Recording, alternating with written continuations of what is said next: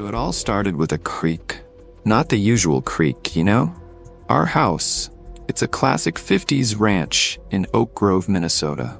And like any older house, it's got its symphony of sounds. Pipes groaning, the wind whistling through the eaves, the occasional tick of wood settling when the temperatures drop. But this creak, this was different. This was deliberate. It kicked off about a month ago. I'd be drifting off that beautiful twilight phase before sleep fully takes over, and then I'd hear it, a soft, rhythmic creak, like weight was being shifted. It wasn't the house, it was too regular, too precise. It sounded honestly like footsteps, barely audible footsteps on the old wooden floorboards of the hallway right outside my bedroom door. When I was little, I had my share of childhood nightmares. They were never about the typical movie monsters, no fangs, no claws. Mine were always about a presence. Something unseen, lurking just beyond the edge of the light. A shifting shadow in the corner of my room, that oppressive feeling of being watched from the closet. I still remember one night, I must have been 6 or 7, waking up to this distinct sensation of something pressing on my chest, just pinning me to the mattress. My eyes were wide open, staring at the ceiling, but I couldn't move, couldn't scream.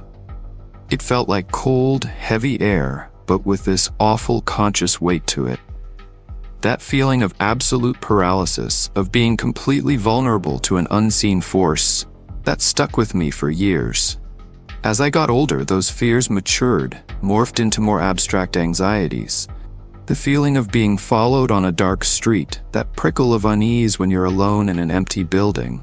But the core feeling, that profound dread of something unknown, something there, that never really left me. And now, that primal fear? It was resurfacing, not in some twisted dreamscape, but in the comforting familiarity of my own home. My quiet, unassuming home here in Oak Grove, where, honestly, the biggest worry is usually just how much snow we're going to get in winter. I'd lie there, completely rigid, just listening. The creaks would continue for a few minutes, never moving closer, never receding. Just there, in the hallway. Then they'd stop as abruptly as they started, leaving behind this silence that felt heavier, more profound than before. It was like the very air in the room had grown denser, just suffocating me with its unspoken presence. I tried to rationalize it, of course. Always try to find the logical explanation, right? The furnace kicking on. Mittens, our fluffy calico, she's notorious for her nocturnal wanderings. But Mittens usually announces her presence with a demanding meow or a playful paw swat at my feet. And the furnace? It has its own distinct hum and clanking. This was something else. This was quiet, precise, almost stealthy. Then one night, the creaks seemed to deepen. There was a subtle shift in their cadence. They weren't just footsteps anymore. They sounded like a heavy sigh or a soft rustling, like dry leaves being dragged across the floor. My breath hitched in my throat. My eyes were wide open, staring into the oppressive darkness of my room. The air felt colder, not just a little chilly, but a penetrating cold that pricked my skin, even though the thermostat was set at a comfortable 70 degrees. I pulled the blanket up to my chin, a pathetic, almost childish gesture of defiance against the unknown, a useless attempt to ward off a chill that had nothing to do with temperature. Finally, I cracked. I had to tell David, my husband. He's a practical man, a civil engineer by trade. His mind is built for blueprints and calculations, for things that make sense. He'd always gently teased me about my childhood ghosties and ghoulies. He listened patiently, bless him, then offered the usual logical explanations. Could be the house settling, hon, or the wind. We've had some strange gusts lately. He even, half joking, suggested setting up a small camera in the hallway. Catch those mischievous mice, he said, or maybe Mittens on a midnight raid. I couldn't. The idea of catching something on camera felt both terrifying and absurd. It wasn't something I wanted to prove. It was something I wanted to unfeel, to push back into the realm of the impossible, where it belonged. But the phenomenon, It started bleeding into my waking hours. I'd be making coffee in the morning. The aroma of brewing grounds is usually so comforting, right? But now, this faint, unsettling smell, like old dust or dry leaves, would waft through the kitchen. Even though the house is meticulously clean, trust me, I'd glance over my shoulder, a chill tracing its way down my spine, convinced I'd just seen a shadow move in my peripheral vision, a shadow that wasn't there a moment before. It was like a constant, subtle distortion at the corner of my eye, a shimmering effect on the air, making it harder and harder to trust what I was seeing. The most unnerving instance? It happened while I was doing laundry. The washing machine was rumbling in the utility room, that comforting drone that usually lulls you into a domestic trance. I was folding towels on the counter, humming along to the radio, when I heard it, a soft but distinct thump. It came from the living room. It sounded like a heavy book falling onto carpet, or something soft but weighty landing with this quiet, unnerving finality. I froze. My heart absolutely leaped into my throat. David was at work. Mittens was curled up asleep on the armchair in the den, snoring softly. I was alone. I walked slowly towards the living room, every single muscle in my body tensed. That old childhood paralysis was starting to creep back in. The scent of old dust was stronger here, a dry, stagnant smell that just felt wrong for a house that gets aired out daily. I peered around the doorframe. Nothing. The room was perfectly undisturbed. No fallen books, no shifted furniture. The sunlight streamed through the window, illuminating tiny motes of dust dancing in the air, but nothing, absolutely nothing, was out of place. Yet, the sound had been undeniable, clear as day. I closed my eyes for a moment, trying to recenter myself, but when I opened them, the emptiness of the room felt almost predatory. It wasn't aggressive, it wasn't overtly threatening, and that honestly was the most unsettling part. It was just there, a silent observer, a subtle manipulator of my perceptions. The monster under the bed hadn't manifested with fangs and claws. It had matured into this atmospheric presence, this quiet distortion of reality. It was like a ghost, but without the theatrics, no obvious cold spots, no flickering lights, no objects flying across the room, just this persistent, unsettling wrongness. Sleep became a battle. I'd lie awake, straining my ears, waiting for the creaks, the rustles, those inexplicable thumps. When they came, I'd pull the covers tighter, pressing myself against David's warm back, trying to find solace in his oblivious slumber. He slept soundly, undisturbed by the subtle shifts in the air, the unbidden sounds, the growing unease that permeated our home. Sometimes I'd even imagine I could feel his warmth being siphoned off, this faint chill emanating from my side of the bed, as if the strange presence was drawing something from the room, from me. Then, one afternoon, I was watering my houseplants by the front window. The late autumn light was coming in, casting these long, distorted shadows that made the familiar furniture seem alien and stretched. I knelt to check the soil of a fern, and as I did, I saw it. A faint, almost transparent indentation on the carpet, near the edge of the living room rug, by the fireplace. It was small, no bigger than a child's footprint, but oddly elongated, like something long and thin had pressed against the fibers. It wasn't dust, it was a definite depression in the pile. I stared at it, my mind just racing. It couldn't be Mittens. Her paws are too small, too distinct, and she rarely goes near the fireplace anyway. It couldn't be David or me. We always wear slippers in the house, and our feet are much larger.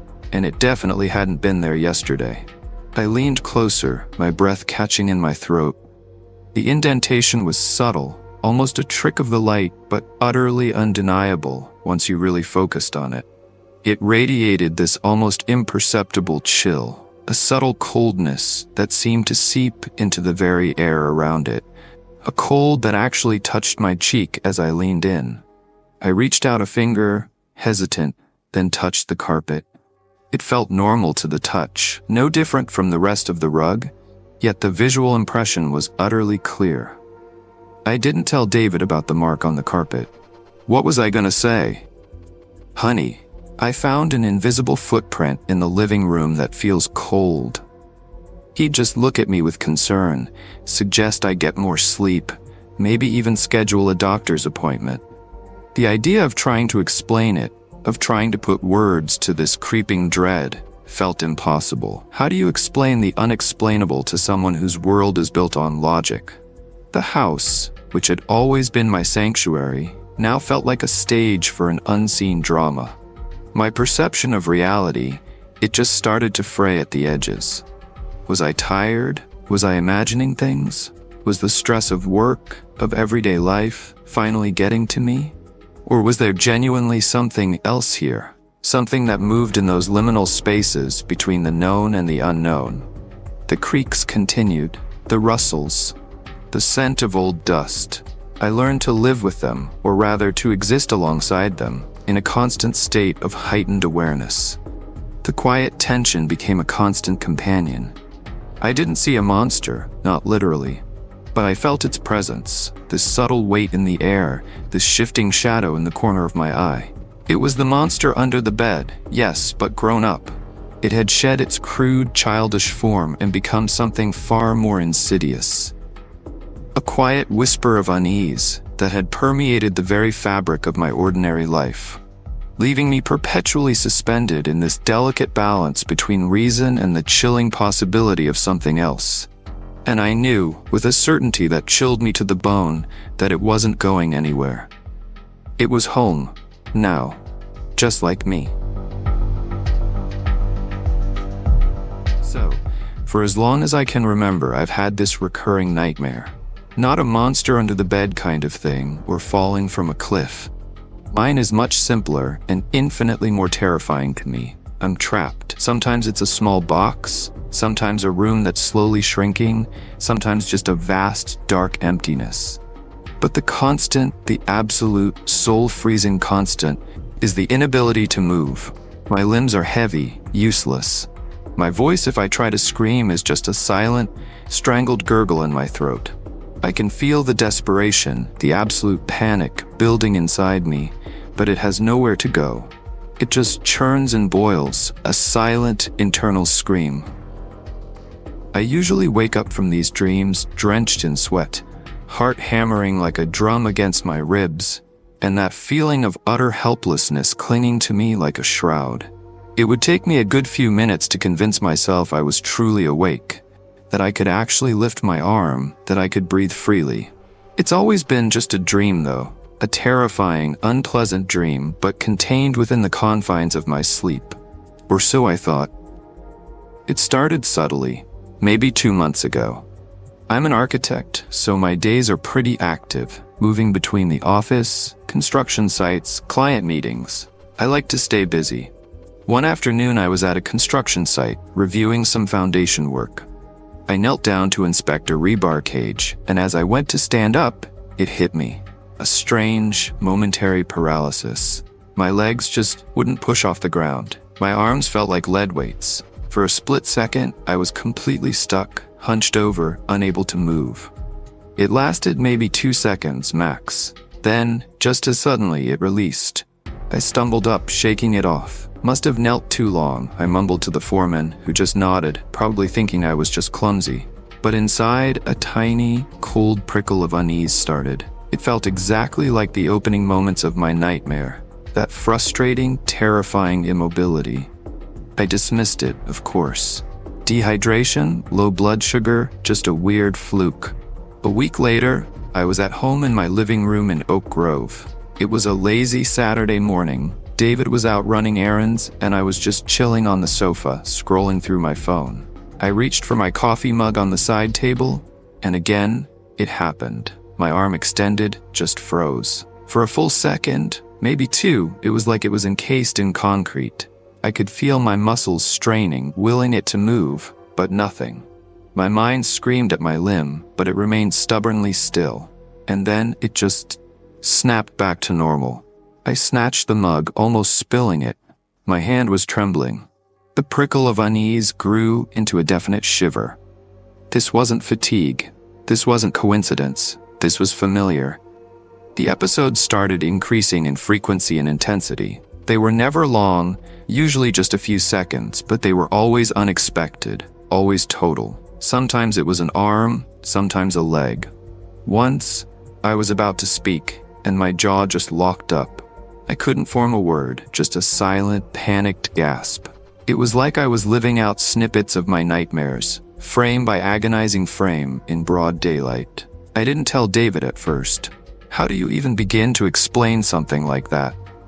Honey, sometimes my body just stops working for a few seconds, just like in my worst nightmares. He's a logical, practical man. He'd probably suggest I was stressed or maybe needed a sleep study. And while that might be true, it wouldn't explain the chilling familiarity of the sensation. It wasn't just paralysis, it was my specific, terrifying paralysis from the dreams. I started to feel a growing sense of dread, a quiet tension that hummed beneath the surface of my everyday life. The world started to feel less solid. Every time I reached for something, every time I stood up, every time I opened my mouth to speak, there was that infinitesimal hesitation, that split-second fear. Will it work this time? Or will I be trapped again? The dreams, ironically, became more vivid, more insistent. Now, they weren't just about being trapped. They were about being trapped and watched. I still couldn't move or speak, but I could feel a cold, unseen presence in the darkness around me, just observing my silent struggle, almost feeding on my panic. I'd wake up more exhausted than before, the lines between dream and reality blurring into a hazy, unsettling mess. Then came the morning of the big presentation. I was at work, in the conference room, about to pitch a new design to a major client. My turn came. I stood up, walked to the podium, cleared my throat, and opened my mouth to speak. And nothing. My jaw was locked. My tongue felt thick and useless. My lungs burned, but no sound would come out. My arms, hanging at my sides, were heavy, anchored to the floor. My legs wouldn't move. My eyes, wide and staring, were fixed on the expectant faces in the room. Panic, cold and sharp, exploded in my chest, just like in the dreams. It was the same silent scream, the same churning desperation. I could feel sweat breaking out on my forehead, despite the air-conditioned room. My world narrowed to just the burning helplessness inside me, the inability to control my own body. It wasn't 2 seconds this time. It felt like an eternity. The faces in the room started to blur, expressions shifting from polite attention to confusion, then concern. I could hear David sitting in the front row ask, "Are you all right, Jen?" His voice sounded distant, warped, as if heard through thick water. The trapped feeling was overwhelming, suffocating. This was it. This was the nightmare, come fully to life. I was pinned, unable to move, unable to speak, utterly at the mercy of something I couldn't understand. And for the first time, in the middle of a perfectly normal conference room, I could almost feel that unseen presence from my dreams, that cold, watchful entity, observing my struggle. Then, just as suddenly as it had begun, the paralysis lifted. My breath hitched, a ragged, desperate gasp. I stumbled back from the podium, almost falling.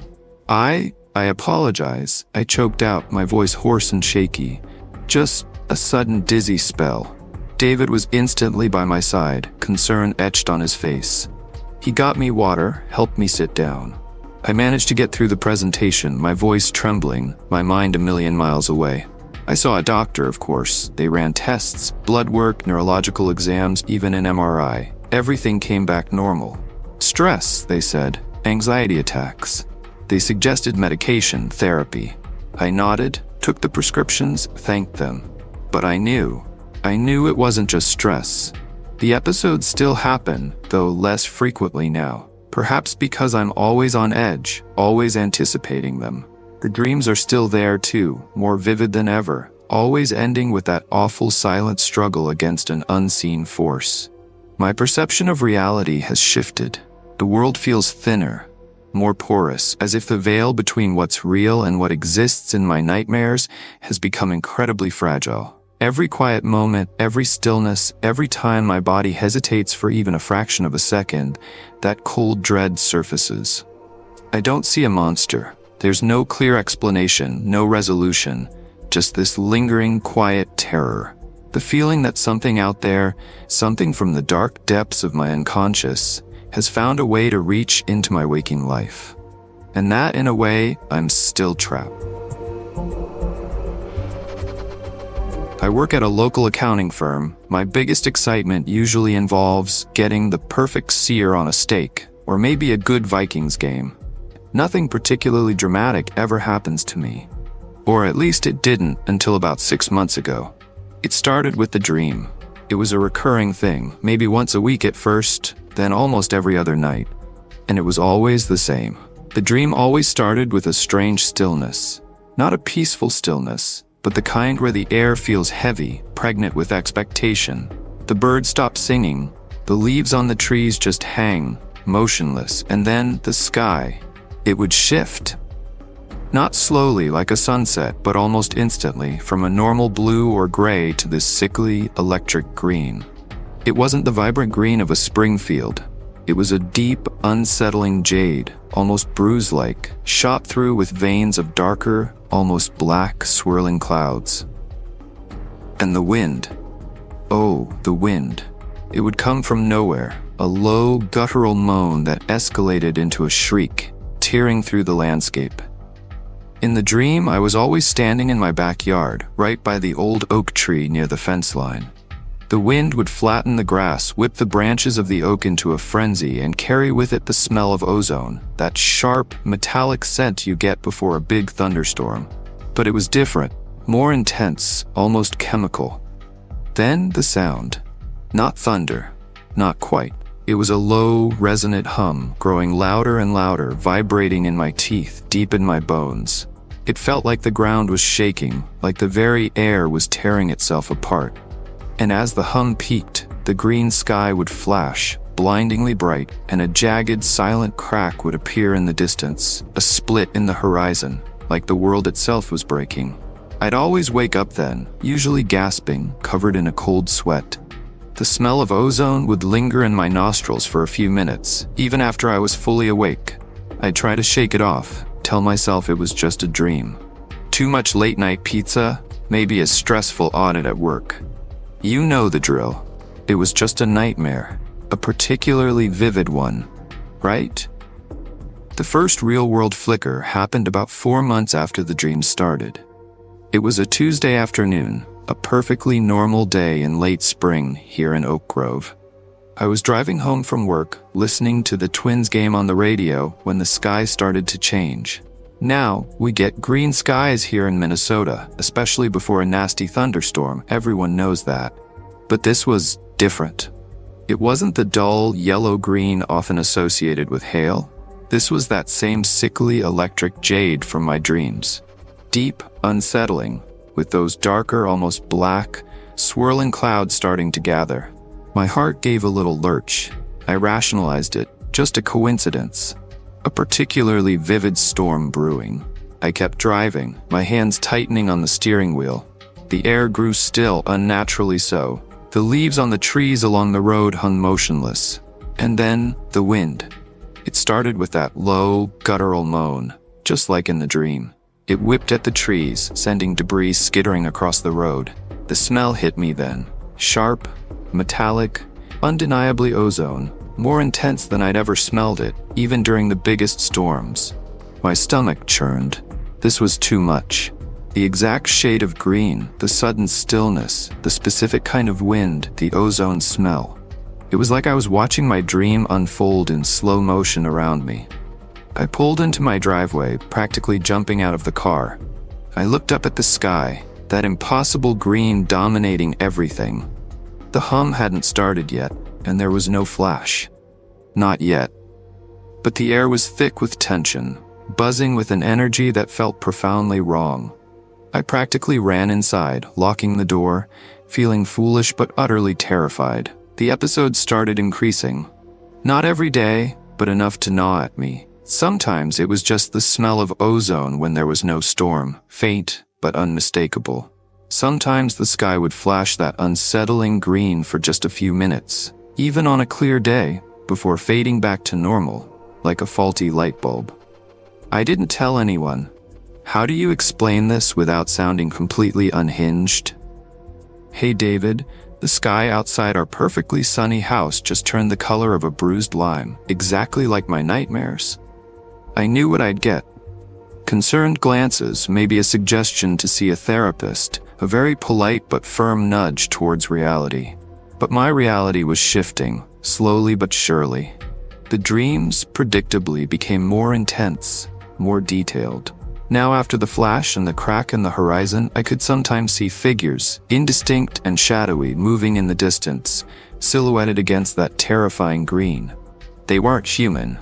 They were too tall, too slender, moving with an unnatural grace, and the hum, it was almost melodic now, a low, resonant vibration that seemed to draw me towards the fissure in the world, and the waking occurrences grew more pronounced. One afternoon, I was out in the yard, mowing the lawn. It was a beautiful, cloudless day, and then, without a warning, the sound, that low, resonant hum. It started quietly, but grew quickly, vibrating in my teeth, deep in my bones. The ground beneath my feet felt like it was humming along. I dropped the mower, staring around wildly. There was nothing. No planes, no large trucks, no nearby construction. Just the hum, reverberating through the air, through me. It lasted maybe 20 seconds, then vanished, leaving a ringing in my ears and a profound sense of disorientation. I spent hours on Google searching for green sky phenomena, ozone smell without storm, ground vibrations unexplained. I found articles about supercell thunderstorms, industrial emissions, seismic activity, all logical, all utterly insufficient. None of them explained the specific combination, the chilling familiarity to my dreams. None of them explained the feeling of being chosen for this phenomenon. Then last week, it happened. The day started normally enough, bright, clear, a typical late spring day in Oak Grove. I was out back, pruning the rose bushes near the old oak tree, the same spot from my dreams. Suddenly, the air went dead still. Not a whisper of wind. The birds in the oak stopped chirping, and I could feel the hairs on my arms prickle. My stomach dropped. I knew this feeling. I looked up, and there it was, that sickening electric jade green.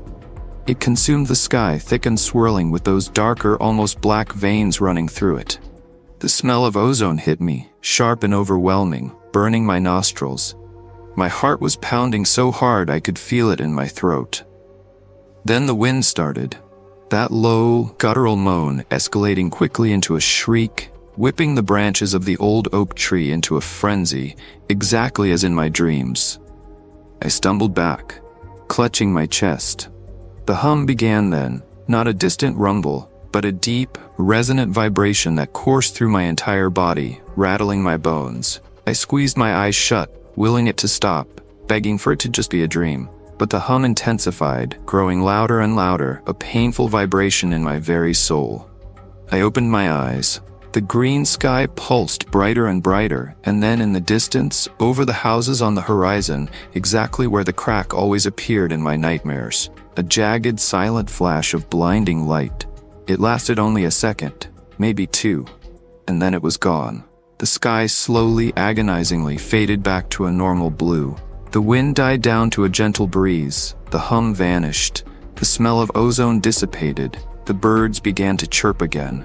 I stood there, trembling, my hands still shaking. The world looked normal. The sun was shining, but I wasn't. It wasn't a full-blown apocalypse. No massive disaster. No cataclysmic event. Just that precise sequence, that perfect mirror of my recurring nightmare, played out in my own backyard, in my own sky. The world didn't end, but something inside me shifted. The barrier between my subconscious fears and my waking reality, it feels completely gone now. I still live here in Oak Grove. I still work at the accounting firm. I still grill steaks and watch the Vikings. But every time the wind blows, every time a cloud passes overhead, every time the sky looks a little too green before a storm, I feel that prickle of unease. Because I know now. The nightmares aren't just nightmares. And the world, my ordinary world, isn't as solid, as predictable as I once believed. And I don't know what comes next.